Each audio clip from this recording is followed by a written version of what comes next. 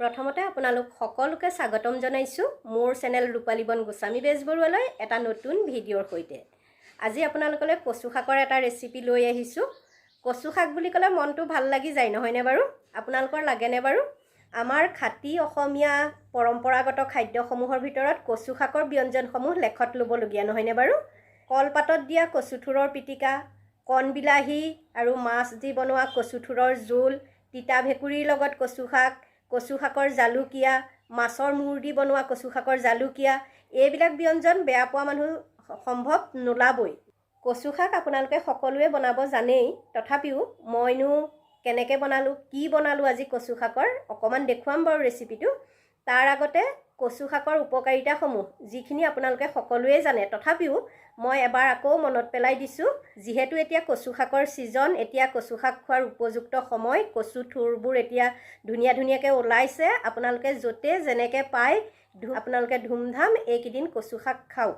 প্ৰথম কথা, কচু শাকত প্ৰচুৰ পৰিমাণে এ ভিটামিন থকাৰ কাৰণে ই আমাৰ চকুৰ কাৰণে খুবেই উপকাৰী। দ্বিতীয়তে, কচু শাকত প্ৰচুৰ পৰিমাণে আইৰণ, ভিটামিন B6 আৰু ফলেট থকাৰ কাৰণে ই আমাৰ ৰক্তহীনতা মানে এনিমিয়াৰ কাৰণে ই আমাৰ যথেষ্ট উপকাৰী। তৃতীয়তে, কলেষ্টৰেলৰ সমস্যা থাকিলে কচু শাক খালে সুফল পোৱা যায়। চতুৰ্থতে, আমাৰ উচ্চ ৰক্তচাপ আৰু হাৰ্টৰ বিভিন্ন সমস্যাৰ কাৰণে কচু শাক উপকাৰী। তাৰপিছত কচু শাকত থকা কেলছিয়ামে আমাৰ হাড় আৰু দাঁত মজবুত কৰে।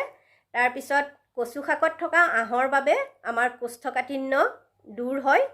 ইয়াৰ উপৰিও কচু শাকত প্ৰচুৰ পৰিমাণে ভিটামিন আৰু খনিজ লৱণ থকাৰ বাবে কচু শাকে আমাৰ শৰীৰৰ ৰোগ প্ৰতিৰোধ ক্ষমতা বৃদ্ধি কৰে। ই আমাক সকলো ৰোগৰ পৰা ৰক্ষা কৰি থাকে। গতিকে যিহেতু এতিয়া কচু শাকৰ ছিজন, য'তে যেনেকৈ পায় কচু শাক আনি ধুমধাম খাওক।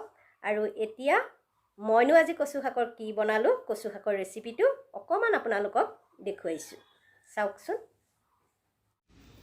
এইবিলাক চাওকচোন, কোমল কোমল কচু থোৰবিলাক ওলাই আছে।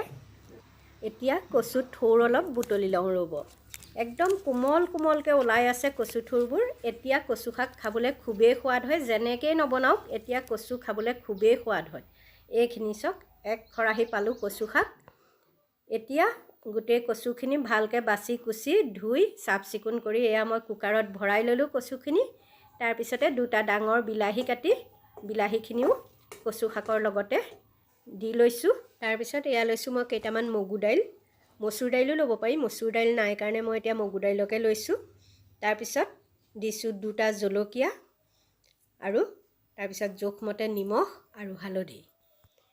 তাৰপিছত অকণমান পানী দি পেলাই কুকাৰটো বন্ধ কৰি মই গেছত তুলি দিলোঁ আৰু দুটা চিটি মৰাৰ পিছত নমাই থলোঁ। তাৰপিছত এয়া খুলিলোঁ। এয়া এইখিনি ধুনীয়াকৈ বইল হ'ল। এতিয়া এইখিনি এটা কুকাৰৰ পৰা এটা বাতিলে মই উলিয়াই ল'লোঁ প্ৰথমতে। তাৰপিছত কেৰাহী পাতি তেল গৰম কৰি ল'লোঁ, তাত পাঁচফোৰণ ফুটাই পেলাই এইখিনি ঢালি দিলোঁ। তাৰপিছত এয়া উতলিলে, উতলাৰ লগে লগে আমাৰ কচু তৰকাৰী হৈ গ'ল। তাৰপিছত এতিয়া মই কেৰাহীৰ পৰা বাতি এটালৈ এইখিনি উলিয়াই লৈছোঁ।